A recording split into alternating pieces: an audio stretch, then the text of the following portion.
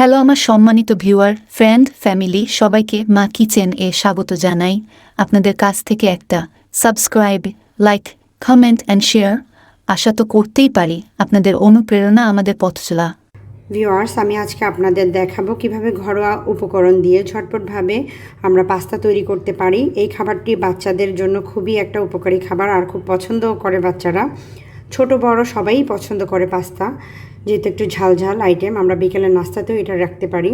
তাহলে চলুন দেখিনি কিভাবে আমরা ঝটপটভাবে সহজ করে এই পাস্তার রান্নাটা করতে পারি।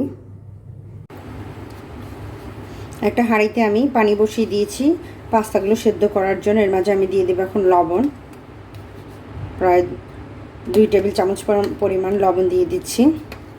সাথে দিয়ে দেব 1 টেবিল চামচ পরিমাণ তেল।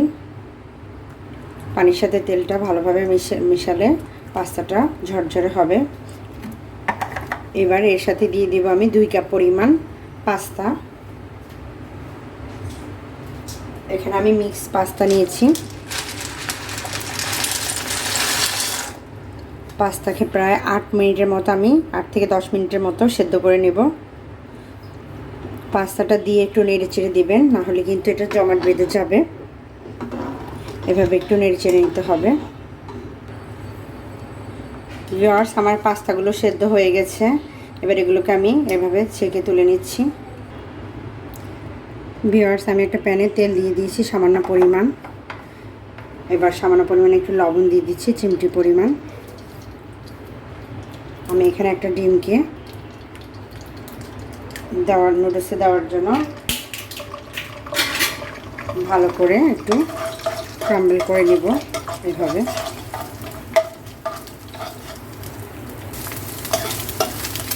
ডিমটা ঝুরি করা হয়ে গেছে। এবার এটাকে আমি তুলে নিচ্ছি। ভিউয়ার্স, চিকেনের মাঝে আমি দিয়ে দিচ্ছি লবণ, জিরা গুঁড়া 1/4 চা চামচ, লাল মরিচ গুঁড়ো 1/2 চা চামচ, গরম মশলা গুঁড়ো 1/4 চা চামচ, আদা বাটা রসুন বাটা 1/2 চা চামচ, আদা রসুন বাটা 1/2 চা চামচ পরিমাণ। সবগুলো দিয়ে আমি খুব ভালো করে মিক্স করে নিচ্ছি। ভালো করে আমি মিক্স করে নিয়েছি। এবার 10 মিনিটের জন্য আমি ম্যারিনেট করে রাখছি। এখানে আমার 1 কাপ পরিমাণ মুরগির বুকের মাংস নিয়েছি আমি। এবার আমি কড়াইতে আবার কিছু তেল দিয়ে দিচ্ছি। এই তেলের মাঝে আমি দিয়ে দিব ম্যারিনেট করে রাখা আমার চিকেনটা দিয়ে আমি কিছুক্ষণ ভেজে নেব। যেহেতু চিকেনটা আগে থেকেই ম্যারিনেট করা আর বুকের মাংস হতে বেশি সময় লাগে না, তাই খুব দ্রুতই এটা সেদ্ধ হয়ে যাবে। আমি এটাকে 5 মিনিটের মতো ভেজে নিচ্ছি। প্রায় 2 মিনিট ভাজার পরে এর সাথে আমি দিয়ে দিচ্ছি পেঁয়াজ কুচি, কাঁচামরিচ কুচি দিয়ে আমি আবার ভেজে নেব। এবার এর সাথে আমি একটা টমেটো কুচি দিয়ে দিচ্ছি। সাথে দিয়ে দিব আমি একটা ম্যাজিক মশলা।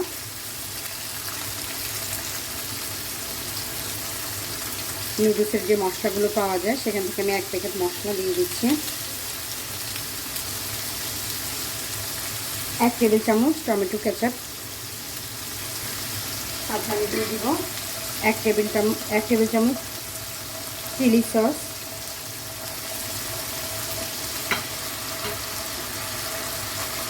দিয়ে আমি আবার কিছুক্ষণ নেড়ে চেড়ে রান্না করে।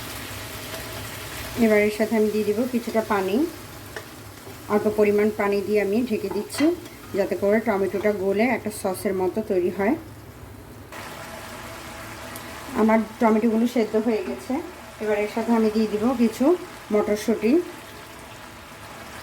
আর হচ্ছে ক্যাপসিকাম। এখানে আমি লাল আর সবুজ ক্যাপসিকাম নিয়েছি, সেটাও দিয়ে দিচ্ছি। দিয়ে আমি খুব ভালো করে মিক্স করে নেব। এখানে কিছুটা লবণ দেব, যেহেতু সসের মাঝে লবণ আছে আর পাস্তাতেও আমি লবণ ব্যবহার করেছি, তাই এখন অল্প পরিমাণে লবণ দিচ্ছি স্বাদ অনুযায়ী। এবার সব মশলা ভালো করে কষানো হয়ে গেছে। এবার এর সাথে আমি পাস্তাগুলো দিয়ে দেব। আগে থেকে সিদ্ধ করে রাখা পাস্তাটা দিয়ে দিচ্ছি, দিয়ে ভালো করে মিক্স করে নেব।